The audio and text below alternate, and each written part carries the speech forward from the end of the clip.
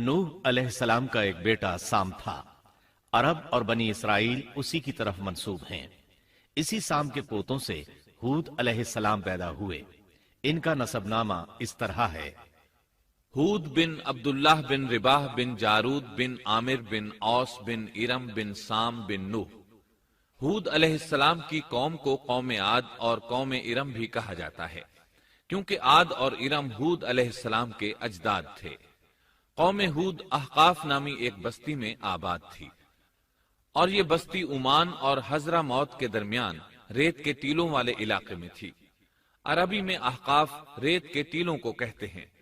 یہ علاقہ سمندر کے کنارے واقع تھا اور شہر کے نام سے پکارا جاتا تھا۔ قرآن مجید میں سورۃ الاحقاف آیت 21 میں اللہ تعالیٰ نے انہیں ان کی بستی کی طرف منسوب کرتے ہوئے مخاطب کیا ہے۔ اور عاد کے بھائی کو یاد کرو جبکہ اس نے اپنی قوم کو احقاف میں ڈرایا۔ قوم عاد کے لوگ اپنی رہائش کے لیے خیمے پسند کرتے تھے۔ ان کے خیمے بہت مضبوط اور پختہ ہوتے تھے۔ یہ لوگ ان کو بڑی مہارت سے بناتے تھے، پھر ان پر فخر کرتے تھے۔ اللہ تعالیٰ سورۃ الفجر آیات 6 تا 8 میں فرماتے ہیں: کیا آپ نے نہیں دیکھا کہ آپ کے رب نے عاد کے ساتھ کیا کیا، جو نسل ارم سے تھے، ستونوں والے تھے، جن کے مانند کوئی قوم دنیا کے ممالک میں پیدا نہیں کی گئی۔ اللہ تعالیٰ نے ان کی کاریگری اور فن کی ایک مثال دی ہے کہ وہ ایسے خیموں میں آباد تھے جن کے ستون بہت مضبوط تھے، طاقتور تھے۔ ان لوگوں نے شہروں اور بستیوں کو ایسی کاریگری سے بنایا کہ ان کے متعلق عجیب و غریب روایات مشہور ہو گئیں۔ یہ نرم زمین میں خیمے بناتے تھے، اس کے ساتھ پہاڑوں میں محل بھی بناتے تھے، حالانکہ رہائش کے لیے زمین پر خیمے موجود تھے۔ گویا بیکار دولت اور وقت برباد کرتے، پھر اس پر فخر کرتے۔ شہروں میں جو راستے اور سڑکیں تھیں وہ بہت چوڑی تھیں۔ ان جیسے طویل اور قوی لوگ بعد میں پیدا نہیں ہوئے۔ کاریگری اور فنکاری میں یہ لوگ اس مقام تک پہنچے کہ پھر کوئی نہ پہنچ سکا۔ یہ لوگ عرب تھے اور عربی میں بات چیت کرتے تھے۔ ہود علیہ السلام بھی عربی تھے۔ اسماعیل علیہ السلام سے پہلے کے عرب باشندے عرب عاربہ کہلاتے ہیں۔ ان کے مشہور قبائل یہ ہیں: عاد، سمود، جرہم، امیم، قحطان اور مدین وغیرہ۔ ابراہیم علیہ السلام کی اولاد میں اسماعیل علیہ السلام کے بعد آنے والے لوگ عرب مستعربہ کہلاتے ہیں۔ اسماعیل علیہ السلام عربی نہیں تھے، کنعانی تھے۔ جب ابراہیم علیہ السلام اسماعیل علیہ السلام کو مکہ معظمہ میں چھوڑ آئے اور اسماعیل علیہ السلام نے عربوں سے میل جول قائم کیا تو ان سے عربی سیکھ لی اور اس میں بہت مہارت پیدا کر لی، یہاں تک کہ آپ کو عرب کا فصیح کہا جانے لگا۔ اہل عرب میں فصاحت و بلاغت آپ ہی سے آئی۔ رسول اللہ صلی اللہ علیہ وسلم بھی اسی انداز میں فصیح و بلیغ عربی میں بات کرتے تھے۔ طوفان نوح کے بعد جب دوبارہ لوگوں کو پیدا کیا گیا تو وہ ایک مرتبہ پھر ان بستیوں میں رہنے کے لیے چلے گئے جہاں نوح علیہ السلام رہا کرتے تھے۔ نوح علیہ السلام شام کے شمال اور ترکی کے جنوبی علاقوں میں رہا کرتے تھے۔ لوگ یہاں آباد ہو گئے، پھر یہاں سے کچھ لوگ فلسطین اور شام کی طرف ہجرت کر گئے اور کچھ لوگ جزیرے کی طرف ہجرت کر گئے، اور قوم عاد جزیرے کے جنوب میں آ کر آباد ہو گئی۔ اس وقت تمام لوگ توحید پر تھے۔ طوفان کے ساتھ جب زمین پامال ہو گئی تو اس پر سوائے نوح علیہ السلام کی اولاد کے اور کوئی زندہ نہ رہا۔ یہ لوگ توحید پرست تھے، لیکن وقت کے ساتھ ساتھ قوم عاد آباد ہوئی اور شیطان نے ان کے دلوں میں وسوسہ ڈالا۔ اس طرح وہ شیطان کی عبادت کرنے لگے۔ چنانچہ قوم نوح کے بعد سب سے پہلے جس قوم نے بت پرستی اختیار کی وہ قوم عاد تھی۔ اس قوم کو اللہ تعالیٰ نے بہت ڈیل ڈول دیا تھا، وہ بہت طاقتور قوم تھی۔ مفسرین بیان کرتے ہیں کہ ان کے جسم بہت مضبوط اور ٹھوس تھے، قد بہت لمبے تھے۔ آدم علیہ السلام کا قد 60 ہاتھ تھا، اس قوم کا قد بھی قریباً اتنا ہی تھا۔ اس طرف سورۃ الاعراف آیت 69 میں اشارہ موجود ہے۔ اللہ تعالیٰ فرماتے ہیں: اور تم وہ حالت یاد کرو جب اللہ نے تمہیں قوم نوح کے بعد جانشین بنایا اور ڈیل ڈول میں تمہیں زیادہ پھیلاؤ دیا، سو تم اللہ کی نعمتوں کو زیادہ یاد کرو تاکہ تم فلاح پا جاؤ۔ ہود علیہ السلام کی زبانی اللہ تعالیٰ ان کی فنکاری کو بیان کرتے ہوئے فرماتے ہیں کہ ہود علیہ السلام نے ان سے کہا: کیا تم ایک ایک ٹیلے پر بطور کھیل نشان لگا رہے ہو؟ مطلب یہ کہ یہ لوگ پہاڑوں کی چوٹیوں پر محل تعمیر کرتے تھے۔ جب ان سے کہا جاتا کہ تم رہتے تو زمین پر ہو اور گھر پہاڑوں پر بناتے ہو، اس کی کیا وجہ ہے؟ اور تم اتنے مضبوط محل تعمیر کر رہے ہو، گویا ہمیشہ یہیں رہو گے۔ وہ لوگ دراصل ٹیلوں، گھاٹیوں، دروں اور پہاڑوں پر عمارات تعمیر کرتے تھے، اور ان کا مقصد ان میں رہنا نہیں تھا، بلکہ صرف کھیل کود کے لیے ایسا کرتے تھے۔ ہود علیہ السلام نے انہیں جھنجھوڑا کہ تم ایسا کام کیوں کرتے ہو جس کا کوئی مقصد نہیں، جس کام کے فضول ہونے میں کوئی شک نہیں۔ ہود علیہ السلام انہیں واعظ کرتے تھے۔ اے میری قوم، اللہ نے تمہیں بڑی قوت سے نوازا ہے۔ تمہاری طاقت کا عالم یہ ہے کہ جب تم کسی پر ہاتھ ڈالتے ہو تو ظلم کرتے ہو، کوئی شخص تمہارے سامنے آنا گوارا نہیں کرتا۔ لہذا اللہ سے ڈرو اور میری پیروی کرو، اس سے ڈرو جس نے ان چیزوں سے تمہاری مدد کی۔ اللہ تعالیٰ نے اپنی ہر طرح کی نعمت، مال، اسباب، اولاد، باغات، شہر، قوت، جسامت اور صنعت کاری سے تمہیں نوازا ہے، لہٰذا تم اللہ سے ڈرو اور میری اطاعت کرو۔ لیکن ان کی قوم نے کوئی اثر نہ لیا، نہ ان پر ایمان لائی، الٹا لگی تکبر کرنے، اللہ کی حمد کی بجائے اس کی ناشکری کرنے لگی۔ اور تکبر کے بارے میں بات یہ ہے کہ جب سے ابلیس نے اس کو اختیار کیا، یہ اس وقت سے آزمائش بن چکا ہے۔ اللہ تعالیٰ سورہ حامیم السجدہ آیت 15 میں فرماتے ہیں، بس قوم عاد نے تو بے وجہ زمین میں سرکشی شروع کر دی اور کہنے لگے کہ ہم سے زوراور کون ہے؟ کیا انہیں یہ نظر نہ آیا کہ جس اللہ نے انہیں پیدا کیا ہے وہ ان سے بہت ہی زیادہ زوراور ہے؟ جب یہ لوگ اپنی سرکشی اور کفر میں حد سے بڑھ گئے، تب اللہ تعالیٰ نے ہود علیہ السلام کو ان کی طرف بھیجا۔ انہوں نے انہیں اللہ کی طرف بلایا اور کہا، اے میری قوم، اللہ کی عبادت کرو، اس کے سوا تمہارا کوئی معبود نہیں۔ کیا تم ڈرتے نہیں؟ قوم کے کافر سردار کہنے لگے، ہم تو دیکھتے ہیں کہ تو نری بے وقوفی میں ہے، ہمارے خیال میں تو جھوٹا ہے۔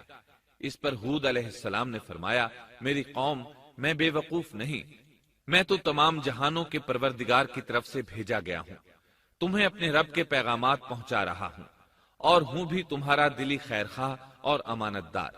کیا تم اس بات سے تعجب کرتے ہو کہ تم میں سے ایک شخص کی معرفت، اللہ کا ذکر تم تک پہنچا کہ وہ تمہیں خبردار کر دے؟ تم اللہ کی اس نعمت کو یاد کرو کہ اس نے تمہیں قوم نوح کے بعد خلیفہ بنایا اور ڈیل ڈول میں تمہیں زیادہ پھیلاؤ دیا۔ تم اللہ کے احسانات کو یاد کرو تاکہ فلاح اور نجات پا جاؤ۔ ہود علیہ السلام نے اللہ کی عظیم نعمتوں کے ساتھ انہیں نصیحت کی، لیکن وہ بدبخت کفر ہی کرتے رہے۔ آخر انہیں جھنجھوڑنے کے لیے انہوں نے فرمایا، اے میری قوم، اللہ ہی کی عبادت کرو، اس کے سوا تمہارا کوئی معبود نہیں۔ تم تو صرف بہتان بازی کر رہے ہو، یعنی جن بتوں کی تم پوجا کر رہے ہو ان کی پوجا تم نے خود گھڑی ہے۔ اللہ تعالیٰ نے تو اس کے متعلق کوئی دلیل نازل نہیں فرمائی۔ میری قوم کے لوگوں، میں تم سے اس دعوت و تبلیغ کی کوئی اجرت نہیں مانگتا، میرا اجر اس کے ذمے ہے جس نے مجھے پیدا کیا ہے، تو کیا تم پھر بھی عقل سے کام نہیں لیتے؟ اے میری قوم کے لوگوں، اپنے رب سے گزشتہ گناہوں کی معافی طلب کرو، آئندہ گناہوں سے توبہ کرو، تاکہ وہ برسنے والے بادل تم پر بھیج دے اور تمہیں طاقت میں اور بڑھا دے، تاکہ تم گناہگار ہونے کے باوجود روگردانی نہ کرو۔ ہود علیہ السلام مسلسل انہیں دعوت دیتے رہے، لیکن وہ ظالم قوم نوح کی طرح ان کا مذاق اڑانے لگی اور کہنے لگی، ہمارے خیال میں تو بے وقوف ہے، اور شاید تو ہمارے کسی معبود کے بڑے جھپٹے میں آ گیا ہے، تو ہمارے بتوں کو برا کہتا ہے، اس لیے ان میں سے کسی کی مار تم پر پڑی ہے، اسی لیے تو ذہنی مریض بن گیا ہے۔ وہ ظالم لوگ چونکہ آخرت پر ایمان نہیں رکھتے تھے اور دنیا میں خوشحالی کی زندگی بسر کر رہے تھے، اور تھے بھی اپنی قوم کے سردار، اس لیے اپنے ماتحتوں سے کہنے لگے، یہ تو تم جیسا ہی انسان ہے، وہی کچھ کھاتا ہے جو تم کھاتے ہو، اور پیتا بھی وہی کچھ ہے جو تم پیتے ہو۔ اب اگر تم نے اپنے جیسے انسان کی اطاعت قبول کر لی تو سخت خسارے میں رہو گے۔ کیا یہ تمہیں اس بات سے دھمکاتا ہے کہ جب تم مر کر خاک اور ہڈیاں بن جاؤ گے تو پھر زندہ کیے جاؤ گے؟ ہرگز نہیں، یہ بات امکان سے باہر ہے جس کا وعدہ تم سے کیا جاتا ہے۔ یہ زندگی تو صرف دنیا کی ہے، ہم مرتے جیتے رہتے ہیں، ہم پھر نہیں اٹھائے جائیں گے۔ یہ تو وہ شخص ہے جس نے اللہ پر جھوٹ باندھا ہے۔ ہم اس پر یقین کرنے والے نہیں۔ ہود علیہ السلام انہیں دعوت دیتے رہے یہاں تک کہ ان کی قوم نے واضح طور پر کہہ دیا کہ آپ ہمیں واز سنائیں یا نہ سنائیں، ہم تو اپنی روش نہیں چھوڑیں گے، یہ تو پرانے لوگوں کا دین ہے۔ اس طرح قوم انہیں مسلسل جھٹلاتی ہی رہی۔ آخر ہود علیہ السلام نے بھی انہیں کھلم کھلا دھمکی دی اور فرمایا، لوگوں سنو، میں صرف تمہیں ہی نہیں اللہ کو بھی گواہ بنا کر اعلان کرتا ہوں کہ اللہ کے سوا جس کی عبادت ہو رہی ہے میں ان سب سے بری طرح بیزار ہوں۔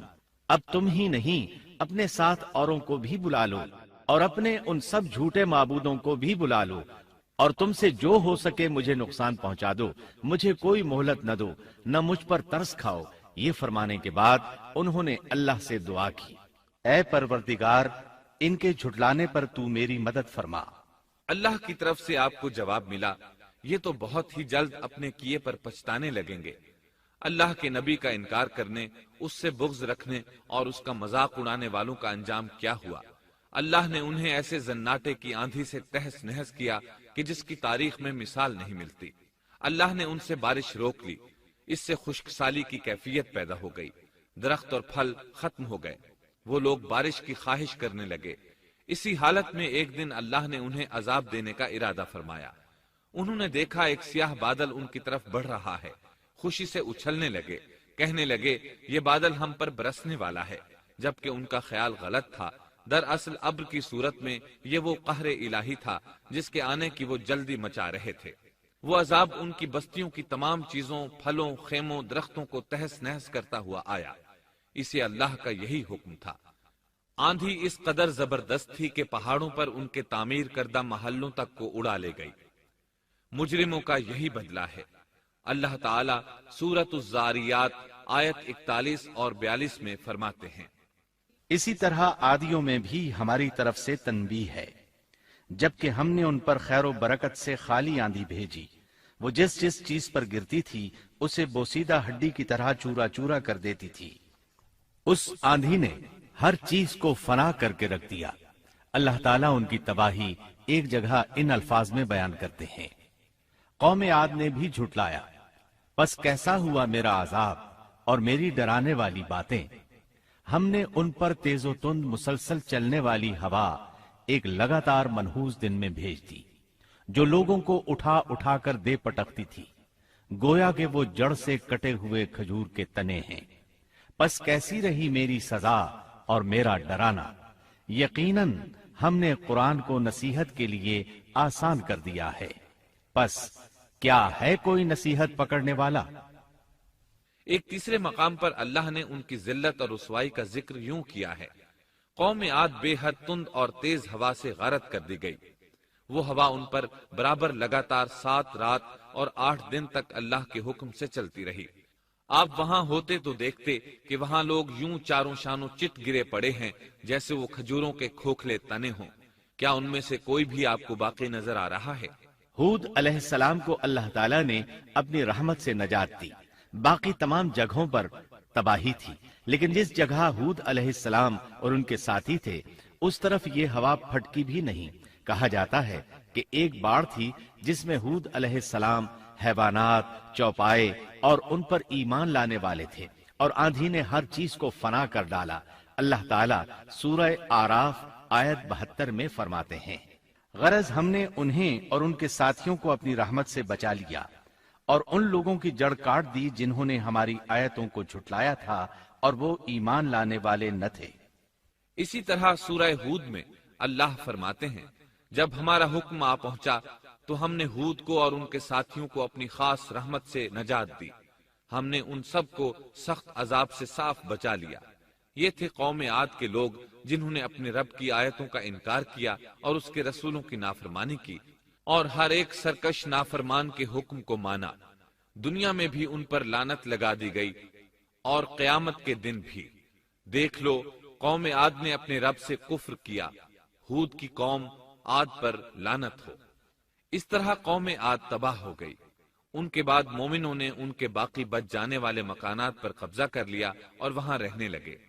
پھر ہود علیہ السلام نے حضرہ موت میں وفات پائی۔